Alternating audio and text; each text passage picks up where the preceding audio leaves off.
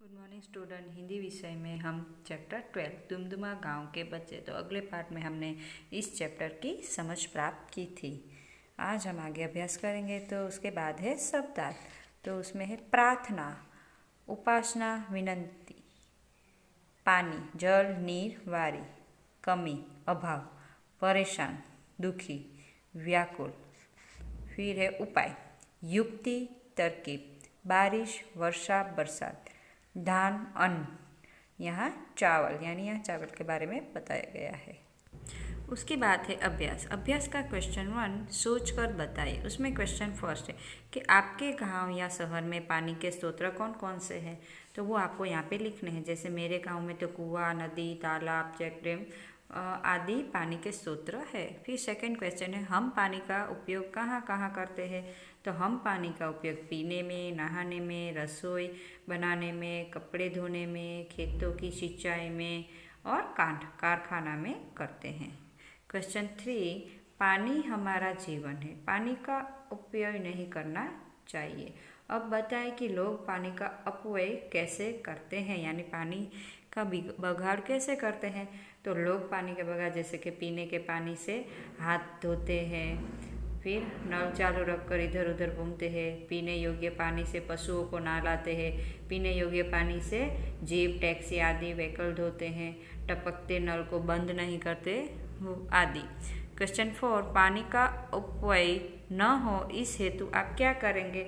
तो इस हेतु हम करेंगे कि जलाशयों पर सूचनाएं लिखेंगे, टपकते नल बंद करवाएंगे, पीने योग्य पानी का ज़रूरत के मुताबिक उपयोग करेंगे, पानी का अपव्यय बंद करने के लिए लोगों को समझाएंगे।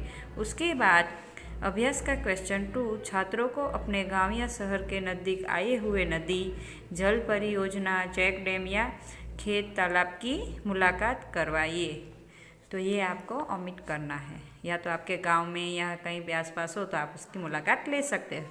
उसके बाद मुलाकात के बाद छात्रों ने जो देखा है उसकी कक्षा में चर्चा और लेखन करवाए। यानी आप जो आसपास हो, नदी या शहर के नज़दीक कुछ भी नदी हो, जल परियोजना हो, चेक डैम हो, तो उसकी मुलाकात लो। आपने क्या देखा वो आपको लिखना है। उसके बाद उसमें क्वेश्चन 3 इकाई में आए शब्द नीचे दिए गए कोष्ठक में छिपे हुए हैं, उन्हें ढूंढो और सर्कल कीजिए। यानी यहाँ पे आपको एक कोष्ठक दिया हुआ है। तो इस चैप्टर में जो जो शब्द आए वो मैंने यहाँ पे लिखे हैं, आपको ये लिख के फिर इसमें ढूंढने हैं। जैसे लहलहाई, कड़ाही, नाना, खेलना, बरसात, बादल, भरना, प्रार्थना, बाहर, छपाछप, दुमदुमा और तैरना। तो ये सब आपको इसमें ढूंढ के सर्कल करने हैं। उसके बाद क्वेश्चन 3 में ब है, दिए गए इन वर्णों को योग्य स्थान पर रखिए और सार्थक शब्द बनाए। यानी यहाँ पे आपको वर्ण दिए गए हैं, उससे योग्य जगह पर रख के एक शब्द बनता है। जैसे छपाछप, परेशान, रोज, जमीन और मीन। तो ऐसे ही आपको कोष्ठक में लिखने हैं। उसके बाद क्वेश्चन 4 दिए गए चित्र के आधार पर 5 वाक्य लिखे। यानी आपको ये चित्र दिया गया है, वो देखना है, उसका अवलोकन करना है और 5 है। तो हम लिख सकते हैं कि यहाँ गांव का दृश्य है, सुबह का समय है, सूरज निकल रहा है। फिर आपको क्या दिखाई दे रहा है, आकाश में पंखी उड़ रहे हैं, दूर कुछ पेड़ और घर दिखाई दे रहे हैं, एक मंदिर भी दिखाई दे रहा है, मैदान में 2 लड़के गेंद खेल रहे हैं, तालाब के किनारे 2 स्त्रियाँ क्या कर रही, कपड़े धो रही है, फिर एक बालक जो खेत के पास खड़ा है, और आपको क्या दिखाई कि खेत में किसान है, जो किसान हल चला रहा है, 2 बैल हल खींच रहे हैं। अब ये सब आपको जो दिखाई दे वो आपको लिखना है। उसके बाद अभ्यास का क्वेश्चन 5 नीचे दिए गए चित्र के आधार पर कहानी कथन कीजिए।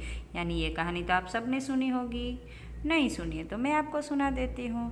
तो एक तालाब था, उसके बहुत सारे, उसमें कौन रहता था, बहुत सारे मेढक रहते थे। तालाब के किनारे बरगद का एक पेड़ था, उसकी जड़ में एक बील था। देखो आप इस चित्र में भी देख सकते हो, तालाब है, वहाँ बहुत सारे मेढक रहते हैं और ये एक बरगद का पेड़ है, उसमें बील था। तो बील में कौन रहता है, सांप रहता है ना, सांप भी हमें दिखाई दे। उसमें एक सांप रहता था।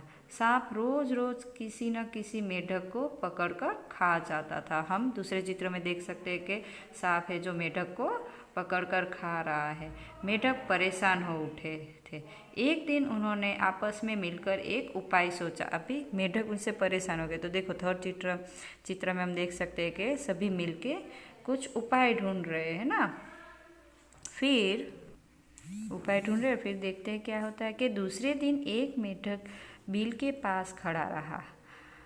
बाकी सभी मेढक बिल के आसपास छिप गए। अभी फोर्थ चित्र में हम देख सकते हैं कि बिल के आसपास है और जैसे ही सांप ने उस मेढक को पकड़ा, छिपे हुए मेढक निकल आए और सांप को पकड़कर खींचने लगे। हम फोर्थ चित्र में ये देख सकते हैं। सांप घबराया, वहाँ पकड़े हुए मेढक को छोड़कर भागा। और यहाँ देख सकते हैं कि सांप फिफ्थ चित्र में घबरा रहा है और भागने की कोशिश कर रहा है। सांप घबराया और पकड़े हुए मेढक को छोड़कर भागा और बिल में घुस गया। और फिर क्या होता है कि फिर लास्ट चित्र में देख सकते हैं कि बिल में वो घुस गया। मेढक की खुशी का ठिकाना न रहा। सचमुच संगठन में ही शक्ति होती है, यानी हम जब मिलजुल कर अगर कुछ कार्य करें तो वो जल्दी से पार हो जाता है। इसीलिए तो कहा गया है कि संगठन में ही शक्ति होती है। क्वेश्चन 6, कोष्टक में दिए गए क्रिया के योग्य रूप से रिक्त स्थान की पूर्ति कीजिए। उसमें फर्स्ट है दुमदुमा गांव में हमेशा पानी की कमी रहना, यानी कि क्रिया के योग्य रूप में बनाए तो रहती थी। सेकेंड, बच्चे तालाब में नहाते थे। थर्ड, खेतों में मक्का और धना लहलहाते हैं। उसके बाद क्वेश्चन 7, कोष्टक में दिए गए शब्दों का उपयोग करके जो वाक्य लिखे हैं उन्हें पढ़िए और समझिए। तो ये वाक्य आपको लिखने हैं, पढ़ने और समझ में। लाल सफ़ेद 3 सुंदर। खेत में लाल गाय चरती है, खेत में सफ़ेद गाय चरती है, खेत में 3 गाय चरती है, खेत में सुंदर गाय चरती है। उसके बाद कोष्टक में दिए गए शब्दों का उपयोग करके वाक्य लिखिए। लाल बेरंगी 3 और सुंदर। तो ऐसे ही आपको यहाँ पे कि बगीचे में फूल खिले हैं, बगीचे में लाल फूल खिले हैं, बगीचे में रंग बेरंगी फूल खिले हैं, बगीचे में 3 फूल खिले हैं और बगीचे में सुंदर फूल खिले हैं। ठीक है। उसके बाद निम्नलिखित शब्दों का उपयोग करके वाक्य बनाए। तो ये आपको होमवर्क है, आपको खुद को ही वाक्य बनाने हैं। ठीक है। जैसे पहला होशियार है तो मन्नू होशियार लड़का है, ऐसे हम लिख सकते हैं। तो इसी प्रकार आपने सुंदर, सरिता सुंदर है, तो हम ऐसे ही वाक्य बना के लिखेंगे। तो स्टूडेंट, स्वाध्याय की चर्चा हम अगले पार्ट में करेंगे। आज का आपका होमवर्क है कि आपको अभ्यास के क्वेश्चन अपनी बुक में लिखने हैं। Thank you.